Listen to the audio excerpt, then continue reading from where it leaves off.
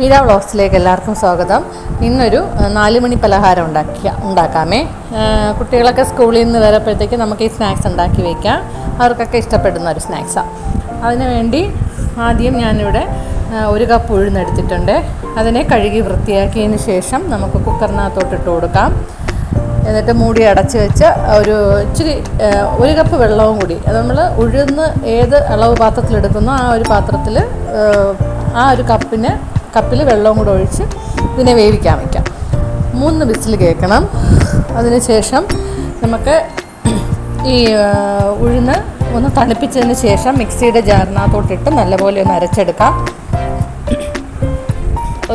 കുറച്ച് 2-3 സ്പൂൺ വെള്ളം കൂടെ ഒഴിച്ച് അരച്ചെടുക്കാം. ഒരുപാട് വെള്ളം ഒഴിക്കരുത്. ഈ ഒരു പരുവത്തിന് അരച്ചെടുക്കണേ. അതിനുശേഷം മറ്റൊരു പാത്രത്തിനകത്തോട്ട് നമുക്ക്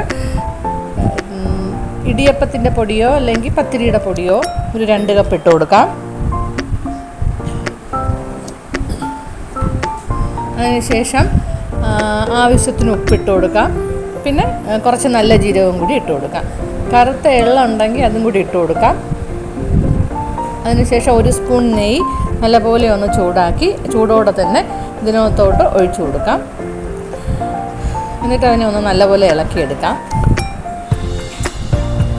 ആ നെയ്യുടെ ചൂടൊന്ന് മാറപ്പോഴത്തേക്ക് കൈ കൊണ്ട് തന്നെ നമുക്ക് നല്ലപോലെ ഇതൊന്ന് മിക്സ് ചെയ്തെടുക്കാം.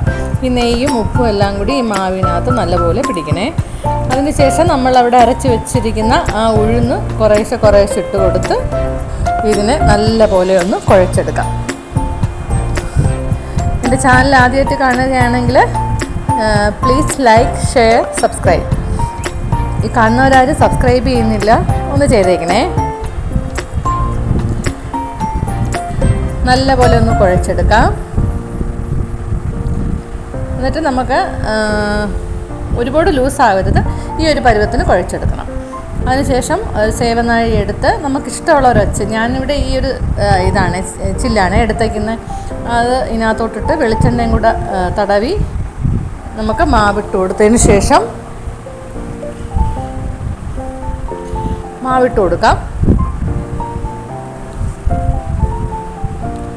അതിനുശേഷം ഒരു പാന് ഗ്യാസ് സ്റ്റൗവിലോട്ട് വെച്ച് കൊടുത്ത് കുറച്ച് വെളിച്ചെണ്ണ ഒഴിച്ച് നല്ലപോലെ ഒന്ന് എണ്ണ ചൂടാകുമ്പോഴത്തേക്ക് ഇതിനെ നമുക്ക് തിളച്ച എണ്ണയിലോട്ട് ഇതിട്ട് കൊടുക്കാം. എന്നിട്ട് നല്ലപോലെ ഒന്ന് മൂപ്പിച്ചെടുക്കാം. ഇത് കുട്ടികൾക്കൊക്കെ 4 മണിക്ക് സ്കൂളിൽ നിന്ന് വരുമ്പോഴത്തേക്ക് ഇത് കൊടുക്കപ്പോഴത്തേക്ക് നല്ല ഇഷ്ടമാവേ. നല്ലൊരു സ്നാക്കാണ്.